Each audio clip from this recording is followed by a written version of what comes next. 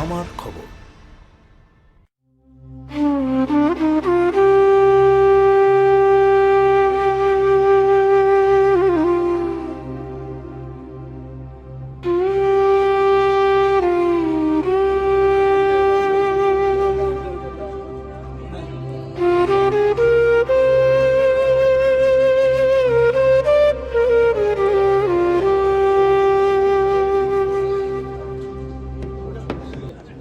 পঁচাত্তর বছর বয়সে শেষ নিঃশ্বাস ত্যাগ করলেন সকলের প্রিয় শৈলেন্দা, শৈলেন মিশ্র। শুক্রবার সন্ধ্যায় তাঁর প্রয়াণের খবর ছড়িয়ে পড়তেই শোকের ছায়া নেমে আসে বোলপুরে। বেশ কিছুদিন ধরেই তিনি অসুস্থ ছিলেন। শৈলেন মিশ্র কেবল একজন নকশালপন্থী নেতা নন, তিনি ছিলেন প্রতিবাদী কণ্ঠস্বর, অন্যায়ের বিরুদ্ধে আজীবন সোচ্চার এক লড়াকু মানুষ।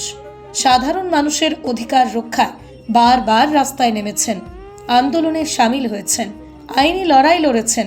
তার পরিচয় শুধু রাজনৈতিক পরিসরে সীমাবদ্ধ ছিল না, তিনি ছিলেন বোলপুর পৌরসভার উপপৌরপতি, পেশায় আইনজীবী এবং একাধিক সামাজিক ও প্রতিবাদী আন্দোলনের সক্রিয় মুখ। তাঁর প্রয়াণের খবর পেয়ে রাজ্যের বিভিন্ন প্রান্ত থেকে প্রবীণ ও নবীন অনুগামীরা ছুটে আসেন শেষ শ্রদ্ধা জানাতে। অনেকেই তাঁর মরদেহের সামনে কান্নাই ভেঙে পড়েন। আমাদের শৈলেন্দা, এই নামেই অধিকাংশ মানুষ তাকে চিনতেন। ব্যক্তিগত জীবনে সহজ সরল, স্পষ্টভাষী, সহানুভূতিশীল মানুষ হিসেবে তিনি সবার মনে জায়গা করে নিয়েছিলেন। অন্যায়ের বিরুদ্ধে আপোষহীন ছিলেন তিনি। মানুষের পাশে থাকার জন্যই তিনি রাজনীতি করতেন। আমার খবরকে দেওয়া বিভিন্ন প্রতিক্রিয়ায় উঠে এসেছে এমনই বহু স্মৃতি, আবেগঘন বক্তব্য।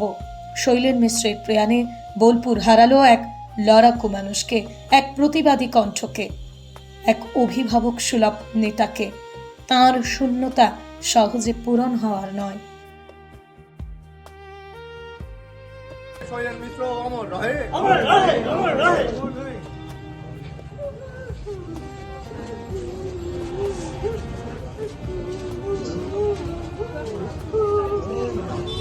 শৈলেন মিশ্র ব্যক্তিগতভাবে স্মৃতিচারণ মানে আমার কাছে তো একটা মানে অভিভাবক হারানোর মতো। কিন্তু শৈলেন মিশ্রকে আমি জেনেছি সংগ্রামের ময়দানে। প্রথম বোলপুরে এসেছিলাম 1978-এর শেষে, বন্যার পরে। তারপরেই তার হাত ধরে পথ চলা শুরু। আমি তাকে দেখেছি সবসময় অগ্রবর্তীভাবে ওঠে, এগোতে শুরু সামনের দিকে, সংগ্রামের সৈনিক হিসেবে নিপীড়িত জনতার পাশে সব সময়, সব প্রতিবাদে তাকে সামনের সারিতে মুখর হয়ে থাকতে দেখেছি। কোনো পিছু হটা ব্যাপার ছিল না তার। সততার মূর্ত প্রতীক ছিল সে। ক্ষমতার আরাধনা সে করেনি, ক্ষমতার বিরুদ্ধে চিরকালীন সে লড়াই লড়ে গেছে। আজ অনেক সময় প্রিয় কমরেড, আমার নেতা, অনেক সময় কথার হুল ফুটিয়েছে, আজ ফুল দিতে এসেছে। এভাবে যে কমরেডকে দেখতে হবে, হঠাৎ করে এই সময়ে চলে যাওয়াটা বড় নিঃস্ব করে দিয়ে গেল। যখন সাম্প্রতিককালে ঘৃণার রাজনীতি, মানুষে মানুষে ভেদাভেদ, যখন যে প্রশ্নে সব সময়ে তিনি তার প্রতিক্রিয়া ব্যক্ত করতেন, সমাবেশিত করতেন চারপাশের মানুষকে, সেই মানুষটি আজ হঠাৎ করে চলে যাওয়াটা এ বড় অপূরণীয় ক্ষতি। প্রিয়জনদের শুধু নয়, তার সহযোদ্ধাদের শুধু নয়, জনগণের অপূরণীয় ক্ষতি হয়ে গেল। বোলপুর, বীরভূম তথা পশ্চিম বাংলার ইতিহাসে বিপ্লবী সংগ্রামের অধ্যায়ের এক সময়ের সঙ্গে সঙ্গে হেঁটে যাওয়া এক অবিচল, আপোষহীন সংগ্রামী যোদ্ধাকে আমরা হারালাম।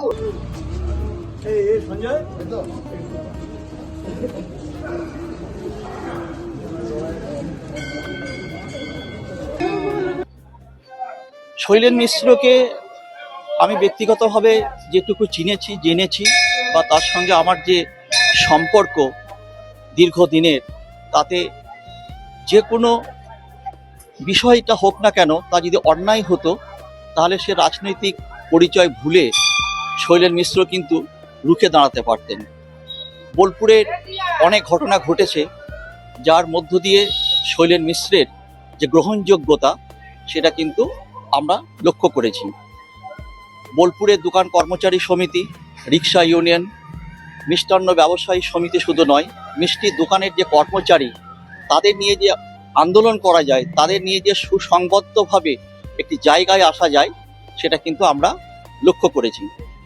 রেলপুল যেটা বোলপুর চৌরাস্তায় এখন নতুন ব্রিজ হয়েছে, পুরনো যে রেল ব্রিজটি ছিল তার পাশে একটি মাটির ঘরে শৈলেন মিশ্রদের যে কার্যালয়টি ছিল সেখানে সে সময় কিন্তু সন্তোষ রানা থেকে শুরু করে অনেকেই কিন্তু নিয়মিত আসতেন। শৈলেন মিশ্র কিন্তু একটি জিনিস ছিল, দীর্ঘ কারাবাসের পরে তিনি যখন ফিরে আসেন সে সময় কিন্তু বিপ্লব হালিম, উমাধর সিং এবং সন্তোষ রানা এই সমস্ত মানুষদের সঙ্গে শৈলেন মিশ্রের একটি নিবিড় যোগাযোগ। এবং অশোক রুদ্র বিশ্বভারতী অধ্যাপক, এবং তিনিও কিন্তু শৈলেন মিশ্রকে শুধু স্নেহ করতেন না, তার এই প্রতিবাদী মনটাকে, তার রাজনৈতিক পরিচয় যাই হোক না কেন, ৭-এর দশক যেটাকে আমরা বলি, কলকাতা থেকে শুরু করে উত্তরবঙ্গ এবং কানু সান্যালের সঙ্গে তার যে নিবিড় সম্পর্ক, সেই সম্পর্কটা আমি কিন্তু লক্ষ্য করেছি। এবং তার সঙ্গেই আমি কানু সান্যালের কাছে গিয়েছি এবং শৈলেন মিশ্রকে আমি দেখেছি গ্রামান্তর থেকে শুরু করে তিনি কিন্তু ঘুরে গেছেন। এবং তিনি কোথাও গেলে, কোথাও দাঁড়ালে একটা বড় ঘটনা ঘটে যেত। বিশ্বভারতীর যখন সমাবর্তন হয় সে সময় ইন্দিরা গান্ধী বিশ্বভারতীর প্রাক্তন ছাত্রী এবং তিনি বিশ্বভারতী আচার্য ছিলেন। সে সময় সিআরপির বাহিনী বোলপুরে এসে কিন্তু বিভিন্ন জায়গাতে রীতিমতো একটা সন্ত্রাসের সৃষ্টি করে ফেলেছিল। সন্ত্রাস রক্ষা করার নামে সেই সময় সিআরপির বাড়াবাড়ি কিন্তু শৈলেন মিশ্র মেনে নিতে পারেনি। বোলপুরের কোনো মানুষ, আমি খুব গর্বের সঙ্গে বলছি, কোনো রাজনৈতিক ব্যক্তি তারা কিন্তু এগিয়ে আসেননি। একমাত্র শৈলেন মিশ্র সে সময় বোলপুর চৌরাস্তা শ্রীনিকেতন যে মোড়টি বোলপুর চৌরাস্তার কাছে, সেইখানে কিন্তু শৈলেন মিশ্র পুরো সিআরপি বাহিনীকে একা রুখে দিয়েছিলেন এবং বোলপুরের সমস্ত মানুষকে বলে দিয়েছিলেন, সমস্ত রিক্সাওয়ালাকে বলে দিয়েছিলেন, সারা বোলপুর অবরোধ করে দাও, সমস্ত রিক্সা থামিয়ে দাও। তখন প্যাডেল রিক্সা ছিল এবং সমস্ত বোলপুর সেদিন কিন্তু অবরুদ্ধ হয়ে পড়েছিল। তারপর দিনে কিন্তু ইন্দিরা গান্ধীর সমাবর্তন শান্তিনিকেতনে, তখন কিন্তু রাজ্য পুলিশের এবং জেলা পুলিশের পদস্থ আধিকারিকরা ছুটে এসেছিলেন শৈলেন মিশ্রের কাছে যে আপনি যদি সহযোগিতা না করেন তাহলে সমাবর্তন উৎসব করা আমাদের পক্ষে মুশকিল হয়ে যাবে। সে সময় শৈলেন মিশ্র বলেছিল, আমার কারুর বিরুদ্ধে কোনো অভিযোগ নেই, কিন্তু রিক্সাওয়ালাদের ওপরে, সাধারণ মানুষের ওপরে, কোনো দোকান কর্মচারীর উপরে, যেখানে দেখবেন বোলপুর চৌরাস্তায় বলাকা বলে একটি মিষ্টির দোকান ছিল, এখন সেটি ব্যাগের দোকান হয়েছে, এইখানে কিন্তু শৈলেন মিশ্র রুখে দাঁড়িয়েছিলেন। এবং সে সময় কিন্তু জেলা প্রশাসনের এবং সিআরপি বাহিনীর সমস্ত লোকজনরা, আধিকারিকরা এসে শৈলেন মিশ্রের কাছে দুঃখ প্রকাশ করেছিলেন। এই ছিল শৈলেন মিশ্রর এককভাবে তার রুখে দাঁড়াবার মনোভাব। শৈলেন মিশ্রকে আমরা যদি এককভাবে দেখি তাহলে কিন্তু তার রাজনৈতিক সত্তার বাইরে আমি তাকে এককভাবে কিন্তু বহুভাবে পেয়েছি। এবং তার সঙ্গে আমি বিভিন্ন জায়গাতে গেছি এবং যখন দেখেছি উড়িষ্যার বালিয়াপলে একটি জায়গাতে একটি ক্ষেপণাস্ত্র ঘাঁটির যখন একটা আন্দোলন হচ্ছে, তখন বিপ্লবী পান্নালাল দাশগুপ্তর সঙ্গে শৈলেন মিশ্রর বিরোধ থাকতে পারে, তার রাজনৈতিক মতাদর্শ থাকতে পারে। উড়িষ্যার বালিয়াপলে সেদিন আমি যখন যাই পান্নালাল দাশগুপ্তর সঙ্গে, তখন শ্যামলী খাস্তগির এবং শৈলেন মিশ্র কিন্তু সেদিন গিয়েছিলেন। এবং সে সময় আমরা এখানে ঢুকে দাঁড়িয়েছিলাম, সুন্দরলাল বহুগুণা, বাবা আমতে, এই ধরনের লোকরা সেদিন এসে কিন্তু শৈলেন মিশ্রের সঙ্গে আলাপচারিতা করেছিলেন। মহাশ্বেতা দেবী যখনই শান্তিনিকেতনে আসতেন তখন কিন্তু তিনি শৈলেন মিশ্রের খোঁজ করতেন একটাই কারণে, যে শৈলেন মিশ্র অন্তত প্রতিবাদটা করতে পারে, শৈলেন মিশ্র রুখে দাঁড়াতে পারে।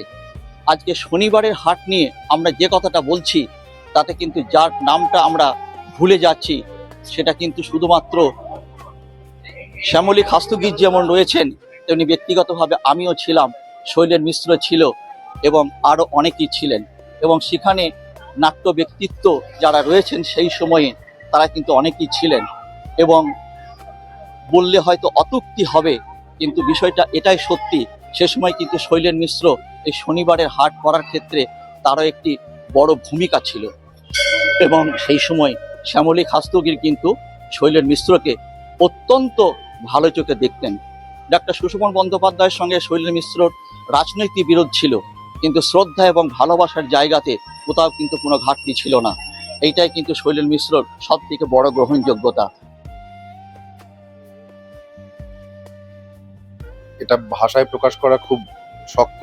শৈলেনদার চলে যাওয়া বীরভূম জেলা শুধু নয়, পশ্চিমবঙ্গের বুকে একটা বড় মহিরুহ পতন।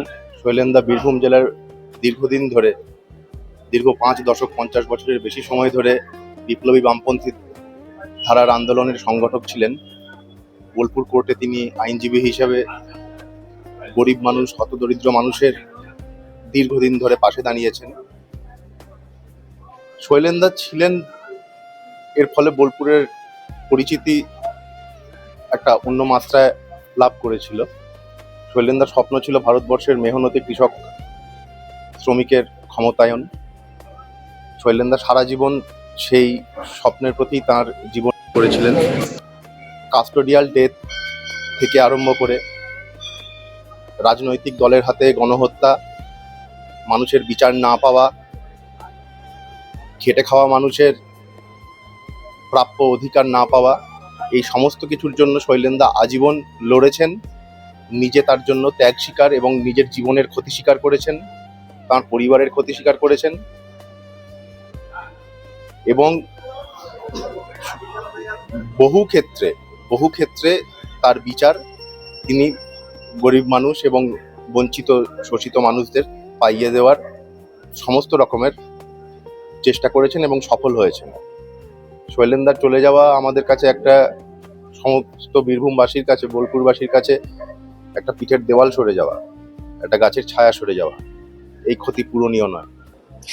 শৈলেন্দার অকস্মাৎ অসময়ে চলে যাওয়াটা খুবই ক্ষতি হলো।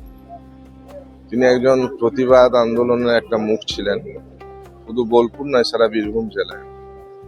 এই প্রতিবাদ আন্দোলনের প্রশ্নে কোনো দল বিচার করতেন না, কোনো ধর্ম বিচার করতেন না, সমস্ত মানুষকে আপনজন ভাবতেন। তার সরলতা, সাহসিকতা প্রত্যেকটা মানুষকেই টানত তার চরিত্র সম্পর্কে। আমরা এসইউসিআই কমিউনিস্ট দলের পক্ষ থেকেও যতগুলো যুক্ত আন্দোলন করেছি, সেখানে শৈলেন্দা তার আন্তরিকতা নিয়ে সবসময় দাঁড়িয়েছে। ফলে তার এই মৃত্যু আমাদেরকে খুবই বেদনা দিয়েছে এবং খুব অপূরণীয় ক্ষতি হলো।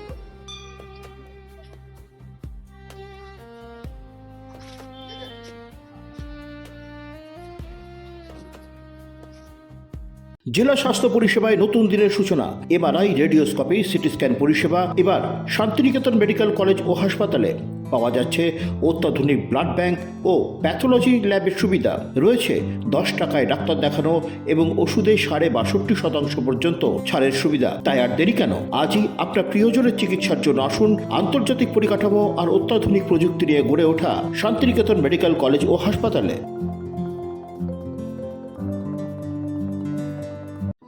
নতুন আশার আলো এবার বীরভূম জেলায়। বীরভূম জেলায় প্রথমবার শান্তিনিকেতন মেডিকেল কলেজ ও হাসপাতালে শুরু হলো HPLC পদ্ধতিতে অত্যাধুনিক ল্যাফিনাইট-2 মডেলের মাধ্যমে থ্যালাসেমিয়া নির্ণয়।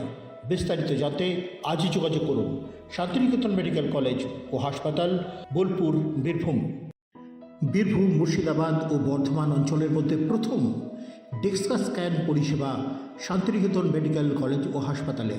হাড়ের ক্ষয়, হাড়ের ঘনত্ব মাপাসহ অর্থোপেডিকের বিভিন্ন পরীক্ষা নিরীক্ষা সুলভে করতে আজই আসুন শান্তিনিকেতন মেডিকেল কলেজ ও হাসপাতাল, মুলুক, বোলপুর, বীরভূম। দেখতে চোখ রাখুন আমাদের ফেসবুক ও ইউটিউব চ্যানেলে।